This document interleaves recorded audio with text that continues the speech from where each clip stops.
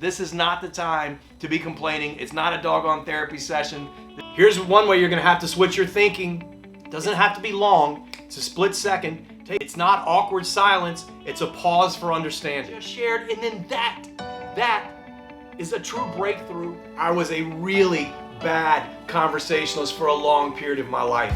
The anxiety and stress, the worry that I would feel when I was anticipating having to have, a one-on-one conversation with a romantic interest, or a meeting with my boss, or God forbid, having to stand up and lead a meeting in front of people. It was gut-wrenching. The skill set of being a highly effective communicator is one that makes us more competent and confident in more areas of our life than any other single skill set is able to touch and impact. I love this subject. It changed my life. I really believe that it can change yours as well. Let's get right into it. So let's take a quick moment and really understand where the anxiety, that gut-wrenching worry, comes from that we feel when we know that we're about to have to communicate with someone on these various levels. It comes from not being present. Being present means that in any particular moment, we're completely engaged in what someone else is saying to us. If your brain is busy with all kinds of other exterior things, you're not present in the moment, and we spend and waste so much of our life not being present. Being present in the moment is actually living, and being present in communication is really engaging and bonding with someone. If we're constantly thinking about what we want to say next, or how dare they say that, even if it's a more of a argumentative type conversation. If we're getting offended in our minds while they're talking, you're not present and you're missing things. And when you're missing things, there's at least a decent possibility that you're missing something important that would help you see that you don't need to be as offended. Or when you're having a normal conversation with your boss and you're thinking about, I wonder if this shirt looks good on me, and I hope he still likes me, and I really hope I get this promotion. And the whole time that he's having these communications with you, or she's having these communications with you, you're missing what they're saying. When you're having a conversation with someone and they're telling you really important things that you need to understand, and on the other side of your brain, you're having all of these thoughts about, I hope I look good. I hope I sound good. I hope I'm coming across well. When these conversations are happening in your own head and in real life at the same time, you can't fully solve either of these scenarios. You've got to quiet your mind. You've got to lock in on what they're saying and really listen. And when you find yourself straying in thought, stop and listen, because straying in thought is what causes you to become anxious, because then maybe you've missed something. Also realizing that everyone, or at least most people, are really anxious in these situations, and helping them through it instead of worrying if you're going to be okay through it.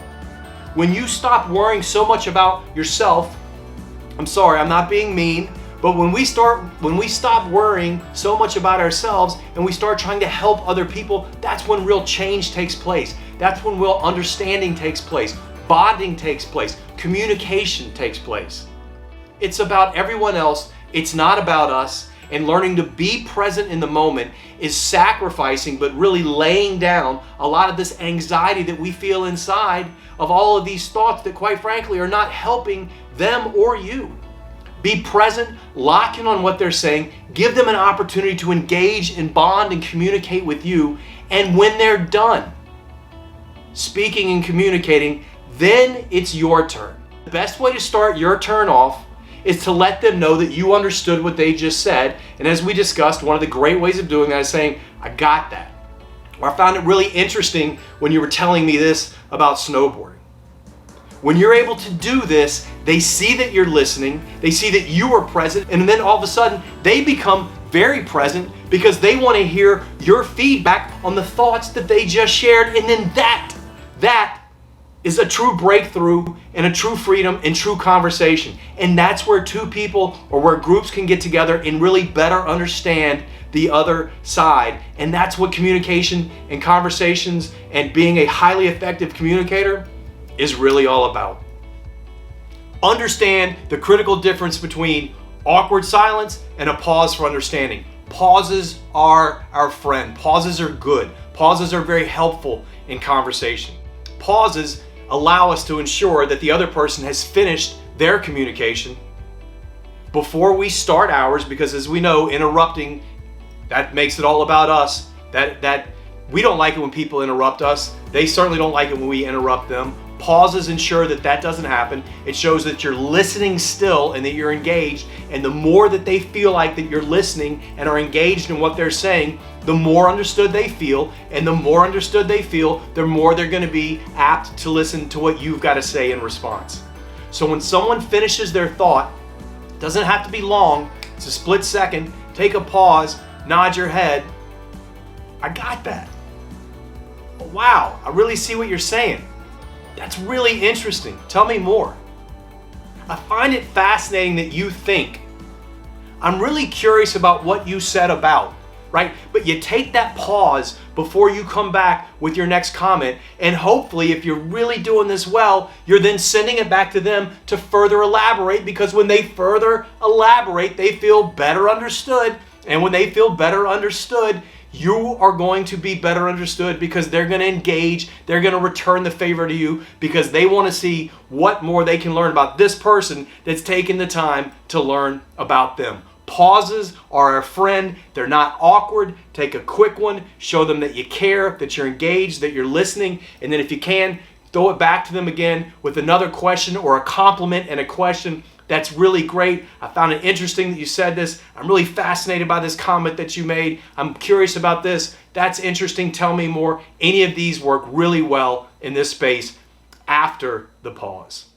Next, we're going to quickly discuss two things that you absolutely have to make sure have no part in any of your effective communications. Number one, this is not a therapy situation. Do not complain. Stay away from the negativity. This is not the place for it. If there is a time where that needs to take place and happen, it would be in a meeting or a conversation that's planned where there's already understood that there are gripes, and then it's okay to do so. But when you're meeting new individuals, running a meeting, working with a group, or even being with a group of strangers, this is not the time to be complaining. It's not a doggone therapy session. This is not the time for negativity. Stay positive. Number two, eliminate distractions. Put your phone away. The point of this is to connect and bond, and when you're constantly focused on other things besides the person or the group that you're working with, you can't truly connect with them. And the phone is a constant distraction. I would even avoid, if at all possible, pulling it out to show them pictures or to talk about things on your phone, because then you're just tempted to check something else very quickly. Make sure you're maintaining eye contact. Do not be distracted when people are talking to you and look around. God forbid, if you're on a date, do not watch another person walk across the room. Make sure that the person that you are with is the focus and the center of your attention. Put the distractions away. Don't watch other people. Don't look out the window. Don't fiddle with things that are on the table. Keep your focus invested in the person that you're speaking with.